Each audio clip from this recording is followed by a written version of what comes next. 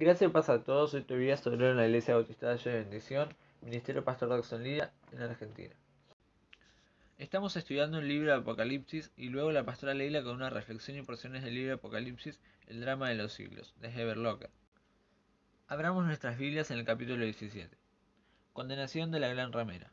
Vino entonces uno de los 7 ángeles que tenían las 7 copas y habló conmigo diciéndome: Ven aquí y te mostraré la sentencia contra la gran ramera, la que está sentada sobre muchas aguas, con la cual han fornicado los reyes de la tierra, y los moradores de la tierra se han embriagado con el vino de su fornicación.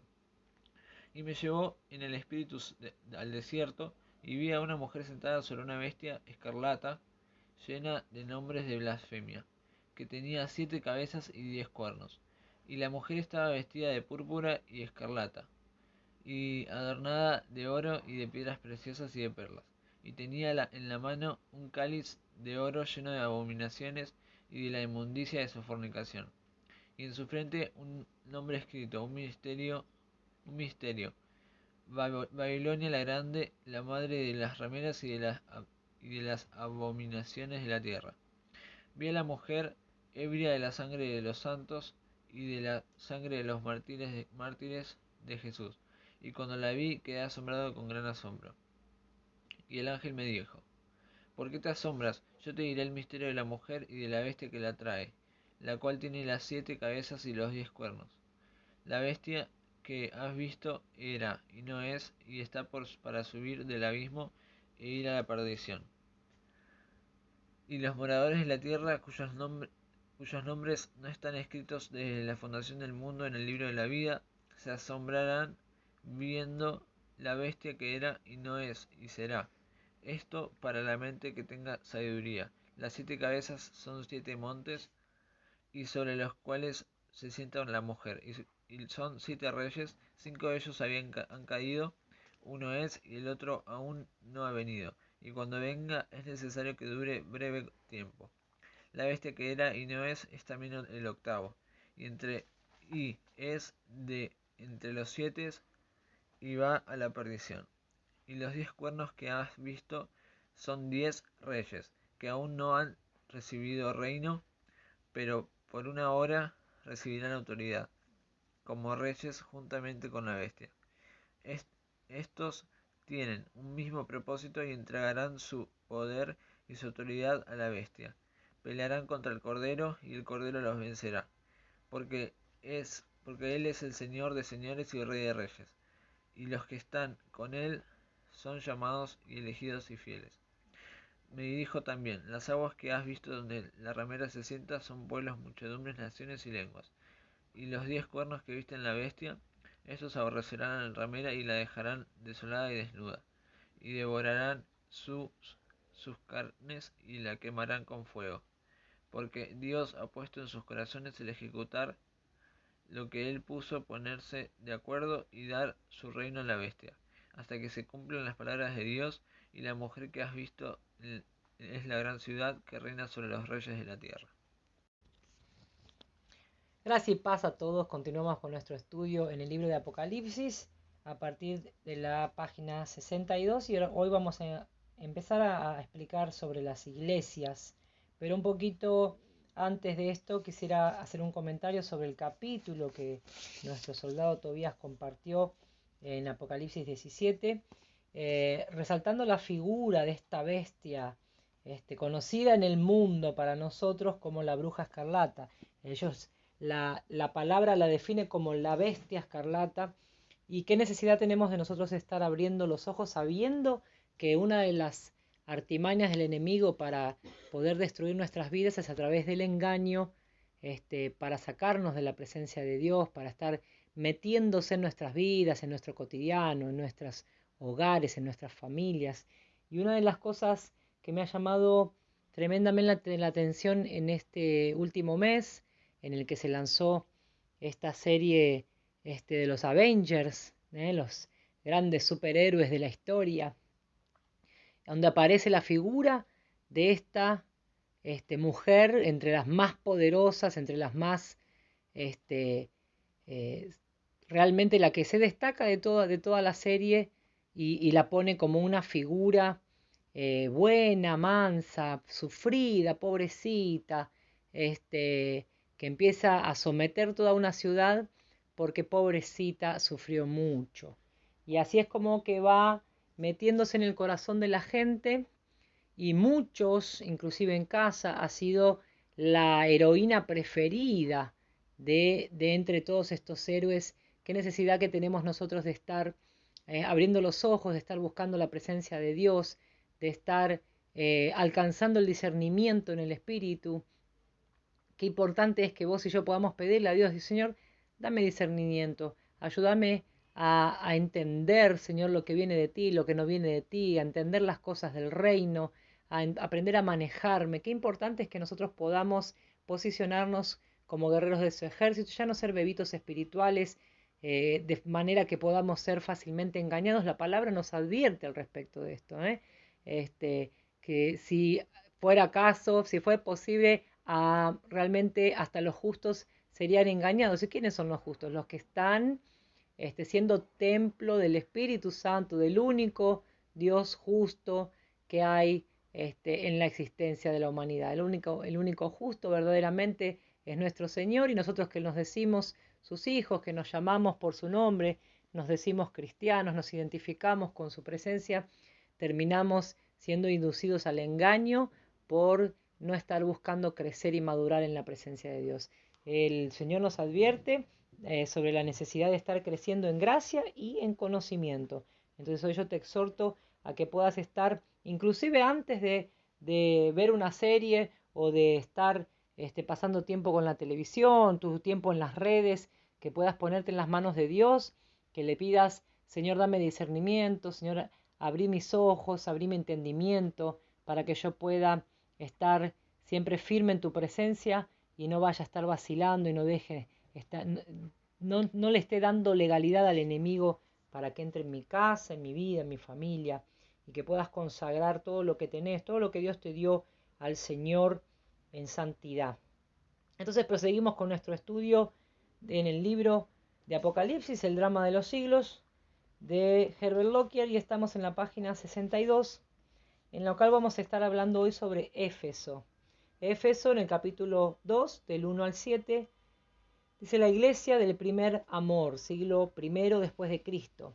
El nombre Éfeso significa deseada o primer amor, y describe adecuadamente el primer siglo de historia de la iglesia, el cual se caracterizó generalmente por un profundo amor y un ardiente celo por Cristo, y también por una inflexible oposición a los falsos maestros y a las doctrinas erradas. Éfeso era el centro de una densa población cristiana, y gracias a los esfuerzos de Juan, el cuerpo principal de los pastores de la región se mantuvo firme contra toda herejía y unánime en la exclusión de los maestros falsos de las iglesias. Sin embargo, la iglesia que Juan más conocía y amaba había dejado el celo del principio. Las flores habían caído del árbol, la primera luz se estaba convirtiendo en lobreguez. Ve a Hechos 20, del 17 al 31. Éfeso, la famosa capital del estado jónico, era conocida como la luz de Asia. Era famosa por su riqueza, su sabiduría y su perversión. La adoración de Diana, ve a Hechos 19, se extendió de allí a todo el mundo entonces conocido. Pero la iglesia de Éfeso, madre de todas las iglesias de Asia, se alza sobre las demás como la más espiritual de todas ellas. Según lo expresa el relato sagrado, sin embargo, como el doctor Campbell Morgan nos recuerda, el origen de la iglesia de Éfeso está descrito en Hechos 18 al 20. El ministerio elocuente, pero parcial, de Apolos fue suplementado y ampliado por el de Pablo. La carta a Éfeso describe la situación de la iglesia unos 35 años más tarde. Éfeso estaba entregada a la idolatría, y una de las herejías prevalecientes consistía en afirmar que los cristianos podían participar de las inmoralidades de los festivales paganos. Por esta razón, muchos cristianos dejaron su primer amor. ¿Somos nosotros tan ardientes y fervorosos en el Señor hoy como lo fuimos en los primeros días de nuestra vida cristiana, cuando todo lo llevábamos al altar? Aunque quizá todavía nos quede un lenguaje teológico, ¿no podría ocurrir que nuestro corazón haya dejado de palpitar con el amor a Jesús que manifestamos en los primeros años de nuestra vida cristiana? Esta es una pregunta que todos debemos hacernos. En la carta a Éfeso, Juan deja bien clara su situación, que en cada iglesia, en cada carta a cada iglesia, se manifiesta con claridad la situación que cada una de ellas vivía, los destaca en sus virtudes, pero también en sus defectos y en las cosas que cada una debería mejorar. Así pasa en la iglesia de Esmirna. En la página de Apocalipsis 63 estamos en el capítulo 2 de Apocalipsis, del 8 al 11, la iglesia perseguida, 92 al 315 después de Cristo. Esta última fortaleza de la cristiandad antes de la conquista musulmana constituía un serio rival para Éfeso, la cual estaba situada a unos 70 kilómetros al norte de ella. Esmirna llegó a ser una de las ciudades más grandes y más importantes de Asia Menor. Muy atractiva en la época de Juan, era llamada la Bella. Esmirna también es famosa por haber sido el lugar de nacimiento de Homero, el poeta griego, y por ser la ciudad de Policarpo, obispo de Esmirna. Fue aquí donde Policarpo sufrió el martirio a los 86 años de edad, en el año 155 después de Cristo. Puesto que no menciona a Esmirna en ningún otro lugar del Nuevo Testamento, nada se sabe acerca de la fundación de su iglesia. La idolatría abundaba en la ciudad y la férrea persecución que se enfurecía contra la cristiandad en ese tiempo tenía su centro en Esmirna. El nombre Esmirna significa mirra, una palabra usada 3 veces en los Evangelios, en Mateo 2:11, Marcos 15:23 y Juan 19:39. La mirra era también uno de los ingredientes del ungüento sagrado, Éxodo 30 del 23 al 25, y era igualmente usada para embalsamar muertos. 6 indica en su excelente comentario sobre el Apocalipsis. El nombre describe muy bien a una iglesia perseguida a muerte, postrada y embalsamada en las preciosas especias de sus sufrimientos. Tal como ocurría en la iglesia de Esmirna, esta era la iglesia de mirra o amargura, que no obstante fue agradable y preciosa ante el Señor.